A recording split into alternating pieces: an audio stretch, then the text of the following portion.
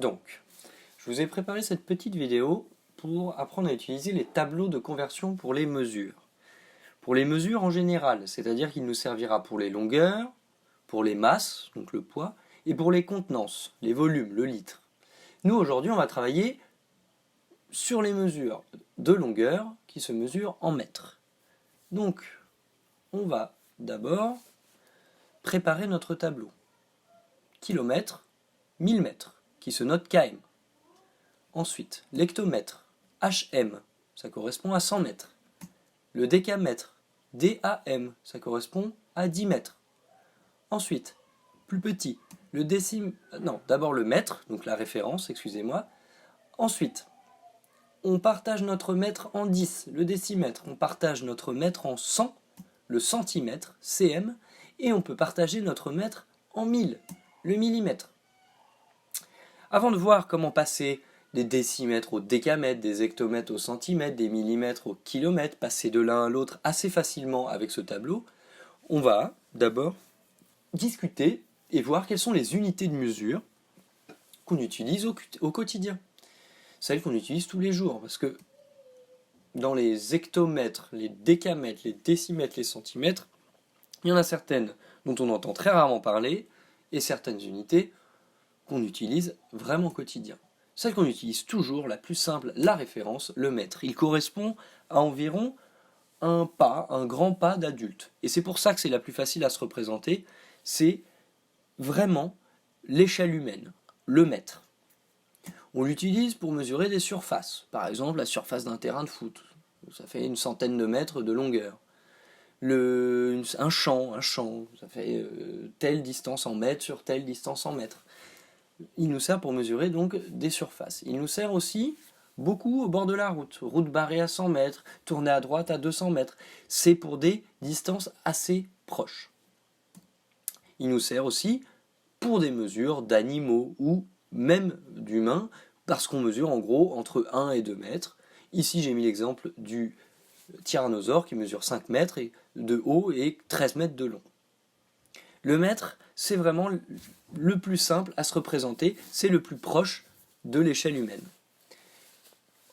Une autre mesure, unité de mesure qu'on utilise très souvent, le kilomètre. Le kilomètre, on l'utilise beaucoup avec la voiture, ou avec les cartes, ou dès qu'on fait des mesures sur la Terre, sur des grandes distances sur la Terre.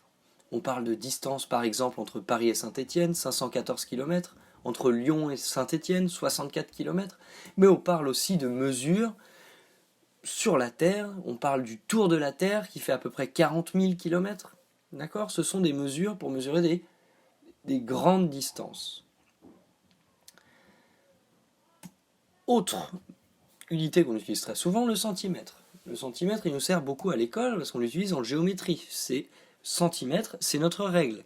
C'est les graduations de notre règle, les graduations numérotées de notre règle. Bien sûr, on a les millimètres en tout petit, mais celles qui sont numérotées, ce sont les centimètres.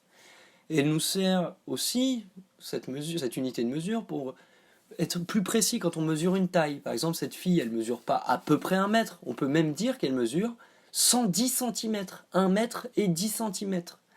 D'accord ? Donc c'est pour être plus précis sur des mesures, pour aller plus petit que le mètre, pour aller dans des tailles qui sont plus petites que le mètre. Dernière chose avant d'utiliser le tableau, je vais vous montrer qu'en fait notre tableau, c'est une partie des unités possibles.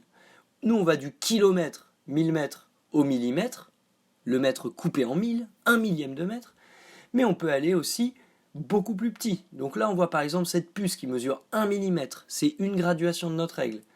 Une puce à peu près coupée en 10, donc 1/10 de puce, c'est un cheveu.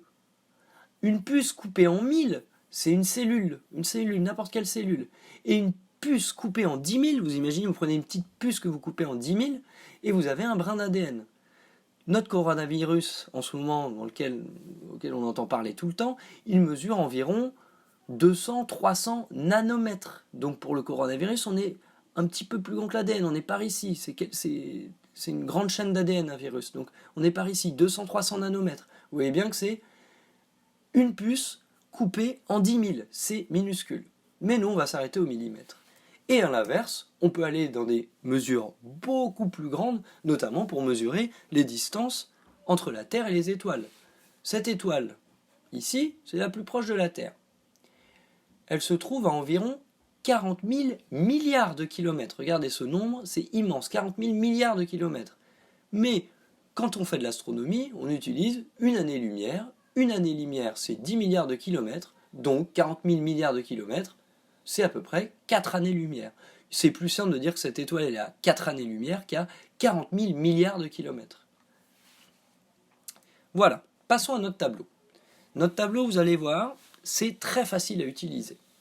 Ici, par exemple, j'aimerais bien convertir 8 mètres en centimètres. J'aimerais bien savoir, par exemple, si je mesure un brontosaure, que je mesure 8 mètres et que j'ai envie de savoir combien ça fait de centimètres, j'utilise mon tableau.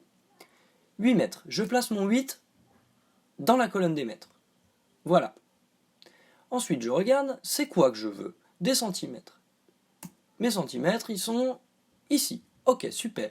Donc je mets une barre à la fin de mes centimètres. J'ai placé mon 8 mètres. Mes centimètres, c'est là, je mets ma barre. Ok, maintenant, je complète avec mes zéros. 1 0, 2 0. Donc 8 mètres, ça fait 800 cm. C'est pas plus compliqué que ça de convertir des longueurs. Ensuite, on verra des masses et encore ensuite des contenances. Ici, j'aimerais bien convertir 7 km en mètres. Je peux aller vite en disant 1 km c'est 1000 mètres, donc 7 km c'est 7000 mètres. Mais si j'ai besoin de mon tableau, je place le 7 chez les kilomètres. Ici, je veux des mètres. Mes mètres sont ici. Je mets ma barre à la fin de mes mètres. Je rajoute mes zéros. Et on a bien 7000 mètres. Dernière petite mesure. Ici, 12 décamètres en décimètres. Je place mes 12 décamètres. Donc 1 dans la colonne des hectos et le 2 dans la colonne des décas. C'est ce que je veux, les décamètres. Ensuite, mes décimètres, ils sont là. Je mets ma barre ici. Je place mes zéros. Et j'ai donc 12 décamètres sont égales à 1200 décimètres. Voilà. Vous avez la technique pour utiliser ce tableau.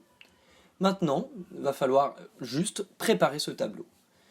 J'ai mis dans le mail un PDF avec le tableau à imprimer.